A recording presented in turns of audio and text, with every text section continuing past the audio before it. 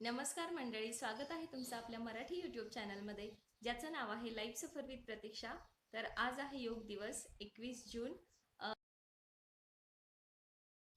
तुम्ही बघत आहात इथे मी मस्त फिरत आहे. छान वातावरण होतं, थंड वातावरण होतं. मस्त फ्रेश हवा असते सकाळी. खूप छान वाटतं, शांत वातावरण, खूप जास्त ऊन नाही, काही नाही.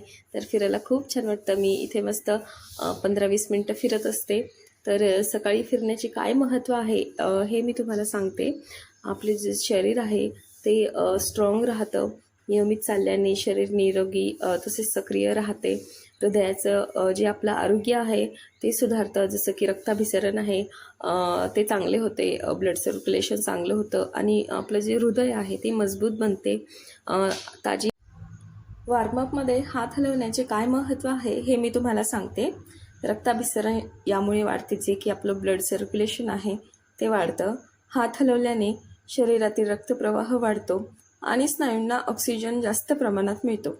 स्नायू मोकळे होतात. खांदे, हात आणि पाठीचे जे स्नायू असतात ते ताणासाठी तयार होतात. त्यामुळे आपल्याला दुखापतीचा जो धोका असतो तो कमी होतो. शरीराची लवचिकता वाढते. हातांच्या हालचालींमुळे सांधे आणि स्नायू अधिक लवचिक बनतात. व्यायामासाठी आपले शरीर जे असते ते तयार होते आणि आपल्या शरीराचे जे तापमान वाढून आपल्याला जे पुढील व्यायाम करायचे असतात ते सोपे जाते.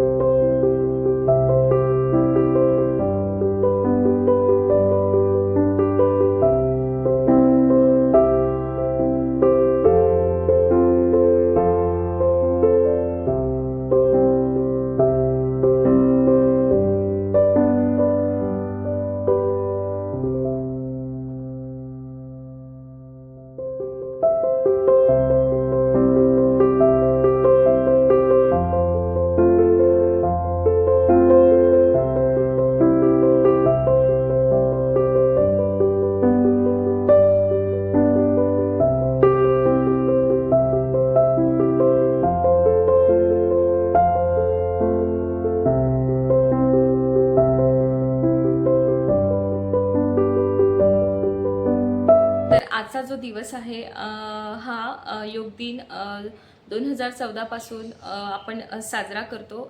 म्हणजे 2014 मध्ये ह्याला एक योग दिन म्हणून घोषित नेशन्सने याला आजच्या दिवशी योग दिन म्हणून घोषित केले. त्यामुळे आपण 21 जून 2015 पासून हा जो दिवस आहे हा साजरा करतो. 21 जून 2015ला पहिला योग दिन साजरा झाला.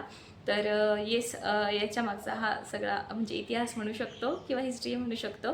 माहिती असेल तुम्हाला कदाचित, आणि ज्यांना कोणाला माहिती नसेल त्यांना नक्कीच आपल्या व्हिडिओमधून माहिती होईल. तर असं आहे सगळं. तर 21 जून हा वर्षातला सगळ्यात मोठा दिवस मानला जातो, म्हणून ह्याला योग दिन म्हणून पण घोषित केलेलं आहे. योगाचे फायदे काय आहेत, व्यायामाचे फायदे काय आहेत, तर आपलं जे शरीर आहे ते निरोगी राहतं, आपण लवचिक राहतो, आपण तणावापासून मुक्त राहतो, टेन्शन्स जे असतात ते त्यापासून आपण थोडेसे दूर राहतो.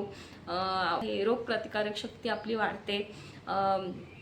आपलं जे मन आहे मानसिक आपल्याला शांतता मिळते, मन शांत राहतं.